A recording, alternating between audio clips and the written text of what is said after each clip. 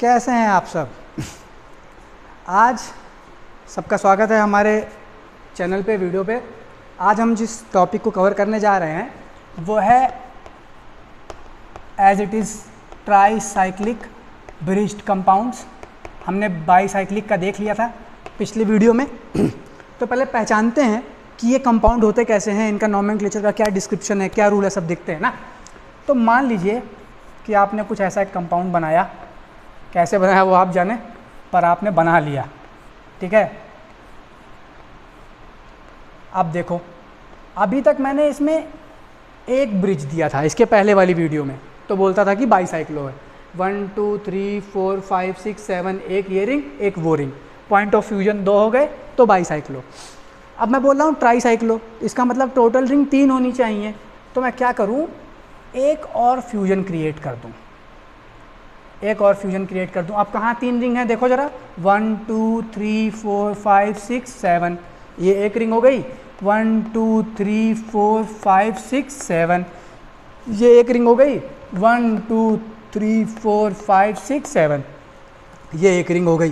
तो 3 रिंग हैं और 2 फ्यूजन के पॉइंट्स हैं इसमें, ठीक है। तो ऐसी कंपाउंड्स को बोलना है ट्राईसाइक्लिक ब्रिज कंपाउंड्स, ठीक है, सबसे पहली बात। अब देखो, अब आपको rule as it is same रखने हैं, पीछे जो मैंने वीडियो में बताया इसके पहले वाली वीडियो में, कि काउंटिंग हमेशा लॉन्गेस्ट पाथ को देनी है। ब्रिज्ड एटम की भी प्रायोरिटी डिसाइड करनी है। यहाँ पर 2 काइंड के ब्रिज एटम है, कार्बन कार्बन, नाइट्रोजन नाइट्रोजन। तो प्रायोरिटी किसको मिलेगी वो आपको देखना पड़ेगा पहले वाली वीडियोज़ में, जो मैंने पढ़ाया है स्पायरोसाइक्लिक में, कि प्रायोरिटी का ऑर्डर ये होता है, प्रायोरिटी का ऑर्डर ये होता है। तो आपको प्रायोरिटी देनी पड़ेगी नाइट्रोजन को, ठीक है। ये सब देखने के लिए आप पहली वीडियो पे जा सकते हैं, उसको आप देख सकते हैं, सब रूल्स उसमें आराम से समझाए होंगे, क्योंकि ये सीरीज में आ रहा है पूरा, ठीक है। तो हमें प्रायोरिटी देनी पड़ेगी इन दोनों को, ठीक है। तो अब यहाँ से काउंट स्टार्ट करता हूँ, 1 2 3 4 5 6 7 8, ठीक है। तो सबसे पहले मैंने लॉन्गेस्ट पाथ डिसाइड किया 2 फ्यूजन पॉइंट के बीच में, ठीक है। तो इसमें प्रीफिक्स याद रखना है। इसमें प्रीफिक्स क्या होता है, इसमें प्रीफिक्स होता है 3 रिंग की वजह से होता है ट्राईसाइक्लो। क्या होता है, ट्राईसाइक्लो। और इसका वॉन बेयर डिस्क्रिप्टर भी अलग होता है, वो क्या टर्म है वो भी आपको पहली वीडियो में मिल जाएगा, ठीक है। तो सबसे पहले मैंने लॉन्गेस्ट पाथ कवर किया 2 फ्यूज्ड एटम्स के बीच में जिनकी प्रायोरिटी ज़्यादा थी। ये दोनों भी फ्यूज्ड एटम थे, लेकिन इनकी प्रायोरिटी नाइट्रोजन से कम है ना, कार्बन की, इसलिए मैं नाइट्रोजन पे गया। तो 1 to 8 आया मैं, ठीक है। तो 1 to 8 आने में मुझे कितने एटम का ट्रैवल करना पड़ा, 1 2 3 4 5 6 एटम्स का। तो मैंने लिख दिया 6। अब इससे छोटा, मतलब 6 एटम से छोटा रास्ता जो 1 से 8 ले जाए, 2 रास्ते हैं, 1 2 2 एटम वाला और 1 2 3 3 एटम वाला। तो हमें प्रायोरिटी देनी है 3 एटम वाले को, ठीक है। मैंने पहले वीडियो में बताया है कि x y z, और x y से बड़ा, y z से बड़ा। तो अब मुझे इसको देना पड़ेगा 9 10 11। तो इसमें आए 3 एटम, तो 3 लिख दिया, ठीक है। उसके बाद अगला ब्रिज कौन सा है, अगला ब्रिज है n और n के बीच में 2 एटम का, तो उसको लिख दिया 12 13, ठीक है। तो 2 एटम का था तो 2 लिख दिया, गुड। फिर उसके बाद अब एक ही एटम बचता है 2 और 7 के बीच में, उसको भी मैंने नंबर दे दिया 14th, मतलब 14 स्केलेटन एटम्स हैं इसमें, ठीक है। अब लास्ट, यहाँ तक तो आपने पूरा कंपाउंड डिफाइन कर दिया। अब आपको जो लास्ट एटम है ना उसको बताना है कि ये जो मेरा छोटा वाला ब्रिज है, छोटे ब्रिज में कितने एटम है, 1 एटम है, और वो किन दो फ्यूजन के बीच में फ्यूज़ है, 1 और 8 के बीच में फ्यूज़ है, 2 और 7 के बीच में फ्यूज़ है। तो वो 2 और 7 के बीच में फ्यूज़ है, दूसरे ब्रिज के बीच में फ्यूज़, तो उसको हम लिखेंगे 2,7, ठीक है। प्रीफिक्स क्या आ गया, ट्राईसाइक्लो, क्योंकि 3 रिंग थी मैंने दिखाई, 1 13 12 8 9 10 11, ये एक रिंग हो गई। 1 13 12 8 7 14 2, ये दूसरी रिंग हो गई। 2 14 7 6 5 4 3, ये तीसरी रिंग हो गई, ठीक है। तो ट्राईसाइक्लो 6 3 2 1 2.7। टोटल स्केलेटन एटम कितने पहुंचे, हमारी काउंटिंग कहाँ तक पहुंची, 14 तक। तो इसका नाम क्या हो जाएगा, टेट्राडेकेन। थोड़ा राइटिंग गंदी है मेरी, मुझे माफ़ करिएगा उस चीज़ के लिए, थोड़ा एक्सपीरियंस कम है बोर्ड पे लिखने का। टेट्राडेकेन, ठीक है। तो इसका नाम ये हो गया, समझ में आई बात। अगर मैं बीच में डबल बॉन्ड भी लगा देता तभी भी प्रायोरिटी कहीं चेंज होने वाली नहीं थी किसी चीज़ की। क्यों? क्योंकि हमेशा इसमें रूल याद रखना है, लॉन्गेस्ट पाथ, फिर उससे छोटा पाथ, फिर शॉर्टेस्ट पाथ, मिडिल पाथ, फिर शॉर्टेस्ट पाथ। ओके, तो इस चीज़ को हमेशा आपको याद रखना है। तो एक मैंने ये आपको ट्राई साइक्लिक ब्रिज्ड कंपाउंड का मैंने ये नॉमेनक्लेचर आपको बताया। होप सो आपको समझ में आएगा। नहीं समझ में आएगा तो मुझसे कॉन्टैक्ट करिए, दोबारा मैं एक्सप्लेन करूँगा इसी चीज़ को। एक और ऐसा ही कंपाउंड देख लेते हैं ताकि थोड़ा और अच्छा लगे सबको कि हाँ ऐसा ही कुछ पढ़ा जाए। वैसे ये इसमें ज़्यादा डिटेल्स तो है नहीं, बट मैं देखता हूँ अगर मुझे कुछ मिल जाए तो एक कंपाउंड ये एक और देख लेते हैं। अब आप लोग खुद से भी ट्राई करिए, उससे क्या होगा ना कि आपकी प्रैक्टिस बनेगी, और वो बहुत ज़रूरी चीज़ है, वो बहुत ज़रूरी चीज़ है। ठीक है, अब मैं थोड़ा चेंज कर देता हूँ। पिछली बार नाइट्रोजन पे 2 ब्रिज थे, मैंने खुद से क्रिएट किया है इसको, कहीं पर है नहीं, बट हाँ हम सही से निकालेंगे इसका। 2 फ्यूजन पॉइंट हो गए ये 2, और 2 फ्यूजन पॉइंट हो गए ये 2, तो फिर नाइट्रोजन को प्रायोरिटी ज़्यादा मिलेगी। तो मैंने किया 1।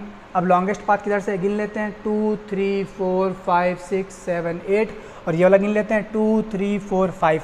तो जाहिर सी बात है कि उधर से आना पड़ेगा, 3 4 5 6 7 8।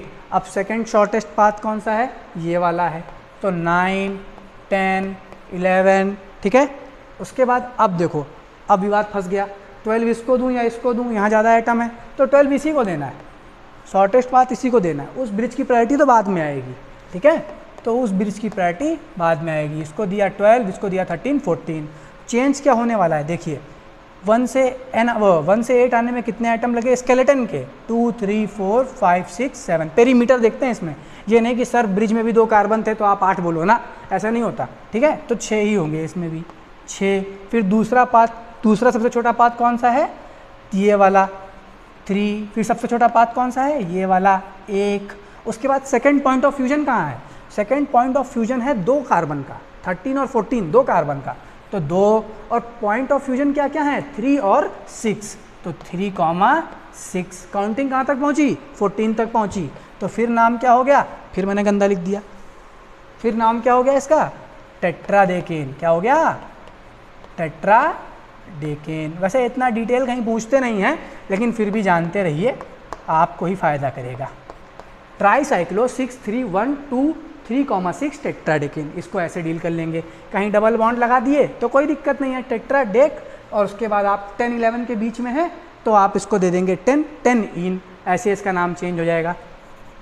ठीक है,